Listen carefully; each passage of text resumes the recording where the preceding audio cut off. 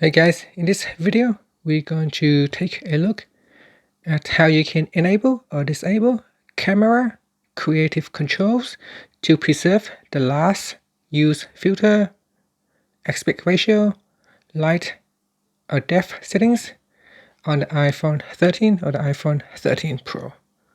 First, let's go back to your home screen by swiping up at the bottom of the screen. And on the home screen, tap on Settings. In Settings, go down and tap on Camera. Next, you want to tap on Preserve Settings. And in here, tap on Creative Controls switch to turn it on, or tap on it to switch it off.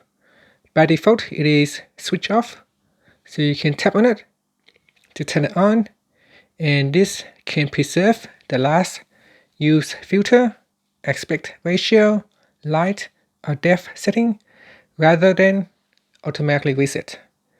And that's it. Finally, you can tap on the back key to go back to your settings menu, or swipe up to go back to the home screen. Thank you for watching this video. Please subscribe to my channel for more videos.